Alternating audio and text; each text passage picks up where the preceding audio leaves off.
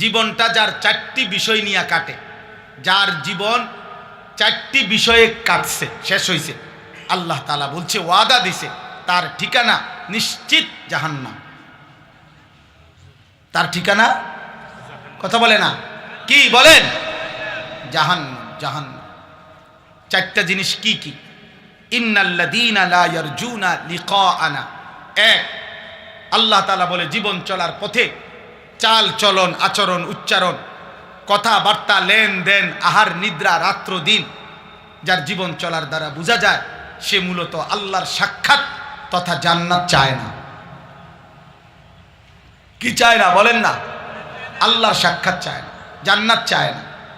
এই এক এক আপনার এমনি যদি আমি জিগাই তো আপনি জান্নাত চান, তো আপনি বলবেন হ চাই। তো আমি যদি আপনার জিগাই তাহলে বিড়ি খান খান, তো এটা মিলল কেমনে? হ্যাঁ, আপনি কথায় কথায় গালি দেন কেন? এটার লোক এটা মিলল কেমনে? আপনার কথার সাথে আচরণে মিল হইল? কথা বলে না কেন? আপনি সুদ নিচ্ছেন কেন? কিস্তি নিলেন কেন? লোন নিলেন কেন?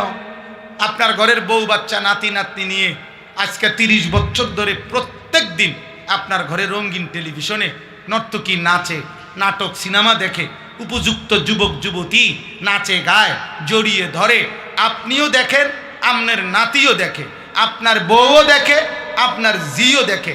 এই পৃথিবীতে গবেষকদের, ইসলামী গবেষকদের কথা হলো, আসমানের নিচে জমিনের উপরে ওই অভিভাবক সবচেয়ে বেশি রুচিহীন, সবচেয়ে বেশি নিকৃষ্ট, যাদের উপস্থিতিতে তাদের অপ্রাপ্ত বয়স্ক বাচ্চা কাচ্চা এই নর্তকীর নাচ গান, নাটক, সিনেমার উদ্দাম নৃত্য দেখে, অথচ অভিভাবক জানে, বোঝে, উপস্থিত থাকে আসমানের নিচে জমিনের উপরে সবচেয়ে নিচু মানসিকতার, নিম্ন রুচির মানুষ ওই অভিভাবক।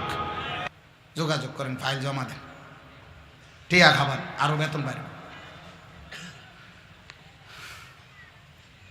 উপার্জনকে কি বলে না? ইনসান বলে না, আখলাককে বলে ইনসান। উপার্জনের ভিত্তিতে ভদ্রতা প্রমাণিত হয় না। কথা বলেন না, বুঝেন নাই কথা? উপার্জনের ভিত্তিতে কি প্রমাণিত হয় না? ভদ্রতা প্রমাণিত হয়। আখলাকের ভিত্তিতে, আখলাক, চরিত্রের ভিত্তিতে, নৈতিকতার ভিত্তিতে ভদ্রতা প্রমাণিত হয়। তাইলে এক নাম্বার হলো আচরণে যার বোঝা যায় সে জান্নাত চায় না। দুই, ওয়ারাদু বিল হায়াতিদ দুনিয়া, দুনিয়ার জীবন নিয়েই যে খুশি হয়ে আছে, এ খাইতেছে, ঘুমাইতেছে, পেশাব করতেছে, বাথরুমে যায়, টয়লেটে যায়, নাচে গায়, একবেলা উপার্জন, একবেলা বিনোদন, খাইয়া ফইরা রঙ্গরসে চলতেছে। একবেলা 8 ঘন্টা ডিউটি করে, 10 ঘন্টা পরিশ্রম করে উপার্জনের জন্য, আর এরপরে বাকি টাইম বিনোদন। বিনোদন হয় টেলিভিশন, নয় মোবাইল, নয় সাজগোজ, নয় বন্ধুদের আড্ডা, নয় লম্বা কোনো ভ্রমণ, নয় কোনো ঢাকার থেকে মোটরসাইকেল সারে কক্সবাজার গিয়া থামে, হ্যাঁ, কোনো না কোনো মেয়ের সাথে গপসপ মারতেছে। এই ও মুরব্বীরা বৈশা বৈশা চা দোকানে বসে বসে আপনার বিড়ি খাইতেছে, বন দিয়া চা দিয়া ভিজাইয়া খাইতেছে, আর গপ মারতেছে, বুদ্ধি দিতে আছে। বাংলাদেশ বুদ্ধি দিয়ে সাইরা আলহামদুলিল্লাহ এখন আমেরিকারে বুদ্ধি দিতেছে। দেখবে জাতিসংঘ তো মূলত চলে আমাদের বাংলাদেশের চা দোকানের বুদ্ধিতে। জাতিসংঘের মেইন যে অফিস, শাখা অফিসগুলো যেগুলা, এটা সব চা দোকান। জাতির শ্রেষ্ঠ সন্তান যারা, জাতির সবচেয়ে বুদ্ধিমানরা বসবাস করে চা দোকানে। এরা হলো পৃথিবীর শ্রেষ্ঠ সন্তান, এরা মাটির শ্রেষ্ঠ সন্তান। এগো বুদ্ধি শুনলে 2 থেকে 2.5 মাসের ভিতরে বাংলাদেশ বঙ্গোপসাগরে ডুববা সমান হয়েছে। আপনি কুল কিনারা পাইতেন। বেহুদা কথা। কি কথা? বেহুদা কথা। জীবন নিয়ে খুশি, জীবন নিয়ে খুশি, একবেলা উপার্জন, একবেলা বিনোদন। অধিকাংশ মানুষের জীবন এটা। দেখেন আপনি, একবেলা কোনো না কোনোভাবে উপভোগ করছে, একবেলা পরিশ্রম করছে দুনিয়া। 3 নাম্বার, ওয়াতমাআন্নু বিহা, যেটুকু দুনিয়া উপার্জন করেছে, অর্জন করেছে, এটুকুর উপরে নিশ্চিন্ত হয়েছে। নিশ্চিন্ত, এটা একটু বয়স্ক লোক যারা, তাদের বিষয়। অর্থাৎ এই পর্যন্ত যে দুনিয়া হয়েছে উনি আলহামদুলিল্লাহ খুশি, নিশ্চিন্ত। আমি নিজে প্রায় বলি, প্রতিদিন এটা আমি বলি যে আমি নিজে জিজ্ঞাসা করছি চাচা ৬০-৬৫ বছরের বয়স্ক চাচাকে, চাচা কেমন আছে? চাচা বলতেছে আলহামদুলিল্লাহ ভালো আছে, আল্লাহ ভালো রাখছে হুজুর, ভালো রাখছে। কথাটা যদি একটু বুঝায় কইতেন। চাচার বক্তব্য হইল আল্লাহর রহমতে তারা ৩ জন বিদেশ, ১ ২ ৪টা মেয়ে বিয়া দিছে, ৩ একখান বিল্ডিং করছি, ৪টা রুম, ভিতরে 2টা বাথরুম। আল্লাহর রহমতে হুজুর বাথরুমগুলোও টাইলস। আল্লাহু আকবার। আল্লাহ পাক ওনাকে এত বড় নিয়ামত দিছে যে অন্যান্য রুমে তো টাইলস লাগাইছে, আল্লাহর দয়ায় বাথরুমেও টাইলস লাগাইছে।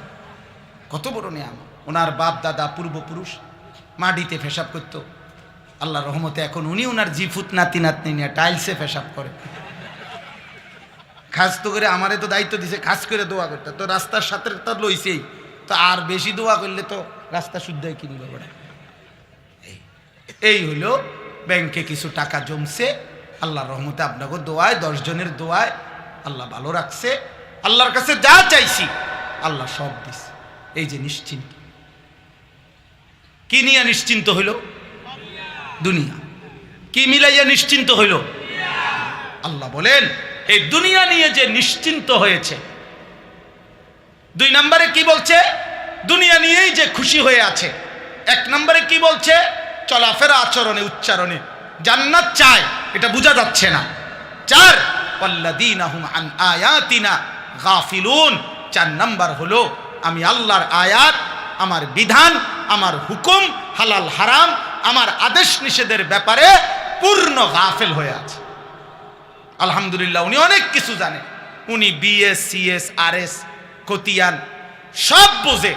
উনি রড মিস্ত্রি, সিমেন্ট মিস্ত্রি, রাজমিস্ত্রি, কাঠ মিস্ত্রি, স্যানিটারি মিস্ত্রি সব চিনে। দুনিয়ার 10 গ্রামের মেল মিটিং দেন দরবার মাতবরি সব উনি বোঝে, শুধু তাব্বাতিয়াদা সূরাটা শুদ্ধ কইতে না। এই এনে একটু সমস্যাটা শুধু আত্তাহিয়াতু নিয়া, এইটা যে ঠিক মতো কইতে না। দোয়ায় কুনুত জিজ্ঞাসা করবেন না, হুজুর আমরা তো সাধারণ মানুষ তো, অথবা আমরা তো জেনারেল শিক্ষিত মানুষ তো, এই জন্যই তো দেখতেছেন আমরা ইংরেজি উচ্চারণ করি শুদ্ধ, আমরা বাংলা উচ্চারণ করি শুদ্ধ, কিন্তু আমরা কোরআন উচ্চারণ করি অশুদ্ধ। লজ্জা লাগে না আপনার মিয়া? ওই ভদ্রলোক সবচেয়ে বেশি অবুঝ, যেই ভদ্রলোক জীবন চলার জন্য বাংলা কথা বলে শুদ্ধ ভাষায়, ইংরেজি কথা বলে শুদ্ধ ভাষায়। এই মুসলমান, আল্লাহকে সেজদা করার জন্য, নামাজ পড়ার জন্য তুমি আল্লাহ কোরআন পড়তে পারবা না কেন শুদ্ধ ভাষায়? এতটুকু বিবেক আপনার আকলে যদি না থাকে, আপনি কিসের শিক্ষিত হইলেন? আপনি উপার্জন বুঝলেন? ইউরোপ আমাদেরকে এটা বুঝাইছে, ম্যান ইজ ইকোনমিক্যাল অ্যানিম্যাল। আধুনিক বস্তুবাদের স্লোগান এটা, ক্যাপিটালিজমের স্লোগান এটা, ইউরোপের স্লোগান এটা, যে মানুষ একটি অর্থনৈতিক প্রাণী, জীবনের অর্থই হলো উপার্জন। পুঁজিবাদের কথাই এটা। এজন্য আজকের পৃথিবীর সব আয়োজন, পৃথিবীর আয়োজন আরো গতি, আরো সুন্দর, আরো আরাম, আরো মজা, আরো আপনার 30 মিনিটে পৌঁছবেন, আপনার জন্য নতুন প্রযুক্তি আসতেছে 20 মিনিটে পৌঁছবেন, নতুন প্রযুক্তি আসতেছে 15 মিনিটে পৌঁছবেন। আপনার এটা 3G, এই দ্রুত 4G আসতেছে, 4G দ্রুত 5G আইতেছে, 5G দ্রুত 6 আইতেছে। মানে গতি, দ্রুততা, আরো গতি, আরো মজা, আরো আরাম, আরো আনন্দ। যান্ত্রিক পৃথিবীর উৎকর্ষ, প্রযুক্তিগত পৃথিবীর উৎকর্ষ, এই হলো জীবনের আয়োজন, দুনিয়ার আয়োজন, আখিরাতের আয়োজন। এখানে জীবন সাজায়, এখানে আখিরাত সাজায়। বাংলা বই জীবন সাজায়, কোরআন আখিরাত সাজায়। পদার্থবিজ্ঞান জীবন সাজায়, জীববিজ্ঞান জীবন সাজায়। আল্লাহ রসুলের জিন্দিগি আখিরাত সাজায়, আখিরাত সাজায়, জাহান্নাম থেকে বাঁচায়, জান্নাতের পথ দেখায়। অতএব কোনোদিনও জেনারেল শিক্ষা এবং কোরআন সুন্নাহর মাদ্রাসা শিক্ষা এক হবে না, কোনোদিনও এক হবে না। ঢাকা সিটাংয়ের যাত্রী এক বাসে যাইতে পারত না। ঢাকা সিটাং 2 জায়গার যাত্রী একই বাসে গন্তব্যে পৌঁছতে পারবেন। আমি যাবো ঢাকায় দিকে, আপনি যাবেন সিটাং এর দিকে, বাস ভিন্ন। বাস অবশ্যই কি ভিন্ন বাসে উঠতে হবে, এক বাসে পৌঁছে যাবে। এই জন্য জেনারেল শিক্ষা হারাম না, খোদার কসম হারাম না। বাংলা, অঙ্ক, ইংরেজি, পদার্থ, জীববিজ্ঞান হারাম না, হারাম না, নিষিদ্ধ না। আমি কুমিল্লা ভিক্টোরিয়া কলেজ থেকে মাস্টার্স পাস করছি, জেনারেল পড়ালেখা আমরা পড়ছি, সায়েন্স বিজ্ঞান বিভাগ থেকে দাখিল এসএসসি পাস করছি। অতএব আমি নিষেধ বলছি না, হারাম বলতেছি না, কিন্তু আল্লাহ বললেন কেন, আখিরাত বললেন কেন? 16 বৎসরে এই মুসলমানের সন্তান, 16 বৎসরে তুমি কতগুলো বই পড়লা, মালিকের একটা কিতাব আল্লাহর কোরআন এটা পড়লা না কেন? কয়টা ভাত খাওয়ানোর জন্য, দুনিয়া চলবার জন্য এত কিছু শিখলা আব্বা, তো আসমানে রবের কাছে ফিরার জন্য, জাহান্নাম থেকে বাঁচার জন্য, জান্নাতি হওয়ার জন্য আল্লাহর কালাম পড়লেন না কেন? এটা হুজুরদের কিতাব, মাদ্রাসার কিতাব, এটা তো পৃথিবীর কিতাব, এটা তো জাতির জন্য, এটা মানবতার জন্য, এটা কুল কায়নাতের জন্য। আল্লাহ আমাদেরকে বুঝ দান করে। অতএব কোনোভাবে কোনো যুক্তিতেই কোরআন না পড়ে, সেজদা না শিখে, আল্লাহ রসুলের সুন্নাত না জেনে মুসলিম পরিচয়ধারী কোনো ব্যক্তি নিজেকে বুদ্ধিমান ভাববেন না, দৈন্তান্নয়কান না। কোরআন বিহীন, সেজদা বিহীন, নামাজ বিহীন, তিলাওয়াত বিহীন, হালাল হারাম বিহীন মুসলিম পরিচয়ধারী কোনো ব্যক্তি বুদ্ধিমান হইতে পারে না। সে জাহেল। সে কি জাহেল। সব ডিগ্রি লইয়াই জাহেল। এই আপনার জিডি সার্টিফিকেট এটি লইয়াই জাহেল। আপনারা বুঝাইবার জন্য আরেকদিন ডেট কইেন, আসুন কোন দিন আইতে হবে আপনি কই ইনশাআল্লাহ। অতএব আপনি আল্লাহকে চিনবেন। আল্লাহ বলছেন এই চারটা, তাহলে শেষ আবার বলেন। 1 নাম্বার, জীবন চলার পথে যার আচরণ দ্বারা বোঝা যায় যে জান্নাত পেতে চায় না। 2, যে দুনিয়ার জীবন নিয়ে খুশি হয়ে আছে। 3, যেটুকু দুনিয়া অর্জন করেছে এই দুনিয়া পেয়ে নিশ্চিন্ত হয়েছে। 4, আমি আল্লাহর বিধান, আমার হুকুম, আমার আদেশ নিষেধের ব্যাপারে যে গাফেল হয়ে আছে। উলাইকা মাওয়াহুমুন নারু বিমা কানু ইয়াকসিবুন। আল্লাহ বলেন তার সারা জীবনের অর্জনের বিনিময়ে এই মানুষগুলোর ঠিকানা শুধুই জাহান্নাম, জাহান্নাম, জাহান্নাম, জাহান্নাম। এই যে কোরআন শরীফ, ব্যাখ্যা ছাড়া তর্জমা, এমনি বাংলা তর্জমা, সাফ সাফ কথা। মানে এটা ব্যাখ্যা করার জন্য অতিরিক্ত অনেক তাফসির করতে হবে না, এই এমনি সোজা সোজা কথা। আমার শায়েখ আল্লামা মুফতি মুশতাকুন নবী কাসিম হুজুর অনেক সময় এটা বলে, আবেগে আবেগে মহব্বতের জোশ উঠলে হুজুর মাঝে মাঝে বলে, আল্লাহর কেমনে কইতো, কি বাংলায় নি কইতো, আর বাংলায় নি বলতো বেটা, এর চাইতে সোজা কথা আর কি হইতে পারে। 3য় আয়াত, এর বিপরীতে আল্লাহ বলেন ইন্নাল্লাযীনা আমানু ওয়া আমিলুস সালিহাত, নিশ্চয়ই যারা পূর্ণ ঈমানদার হয়েছে এবং সমস্ত নেক আমল করেছে, ইয়াহদিহিম রাব্বুহুম বিঈমানিহিম সুবহানাল্লাহ তাজরি মিন তাহতিহিমুল আনহারু ফি জান্নাতিন নাঈম। আল্লাহ বলে পূর্ণ ঈমানদার, পূর্ণ নেক আমলওয়ালা আমি তোমাকে সুসংবাদ জানাইলাম বান্দা, তোমার ঈমান আমলের বরকতে ঝর্ণা ধারা বেষ্টিত, নিয়ামতে নিয়ামতে ভরা জান্নাতে আমি আল্লাহ নিজে তোমারে পৌঁছায় দিয়ে আসবো। ইয়াহদিহিম রাব্বু, আমি পৌঁছাই তোকে বান্দা, আমি পৌঁছাই, আমি পৌঁছাই। আমার সেজদা দিও বান্দা, আমার জন্য ঈমান ঠিক রেখো, আমার বন্ধুর একটা একটা সুন্নাত মনে রেখো। আল্লাহ আমাদেরকে তৌফিক দান করুন। ভাইয়া আমার বাপ, আমার অনেক রাত হয়েছে, আপনারা কষ্ট করছেন। আমার অনুরোধ ভাইয়া, নওজোয়ান ভাই, তোমাদের কাছে অনুরোধ ভাই, আমার ঈমান বহুত বড় নিয়ামত। যাকে আল্লাহ দয়া করে দিছেন তাকে আল্লাহই দিছেন। আল্লাহ যাকে ঈমান দেন নাই, এই কথাটা মনে রাখবেন, তাফসীরের মধ্যে আছে, যাকে আল্লাহ ঈমান দেন নাই খোদার কসম তার জন্য ঈমান সাইয়্যিদুর রসুল নবী সাল্লাল্লাহু আলাইহি ওয়াসাল্লাম, তিনিও কোন আম্বিয়াও, আল্লাহ যাকে ঈমান দেন নাই কোন নবী কোন রাসূলও তার জন্য ঈমান নিতে পারে না, পারে নাই। আপনারা বলেন, একটা সহজ উদাহরণ, আল্লাহ নবী সাল্লাল্লাহু আলাইহি ওয়াসাল্লামের হাতে বহু লোক কালেমা পড়ছে কিনা? কথা বলেন না কেন? তো রাসূলুল্লাহ সাল্লাল্লাহু আলাইহি ওয়াসাল্লামের চাচা আবু তালেব উনি কালেমা পড়লেন না কেন? কেন পড়লেন না? আগলাইয়া রাখছেন 38 বছর আবু তালেব, 12 বছর থেকে 50 বছর পর্যন্ত, কিন্তু উনি কালেমা গ্রহণ করলেন না কেন? তাহলে ফয়সালা কোথায়? বলে না কোথায়? মালিক যদি বলে আমি ঈমান দেব না, তো আল্লাহ বলে বন্ধু আপনার হাতও নামায় দিলাম। নবীজি হাত তুলছিলেন, কোরআনে আছে সূরা তাওবা, চাচার ঈমানের জন্য। আল্লাহ বলছে না হাত নামা, দিতাম না। দিমু না তো দিমু না। কেন দিবেন না? আমার ইচ্ছা। পরে কেন দিলেন?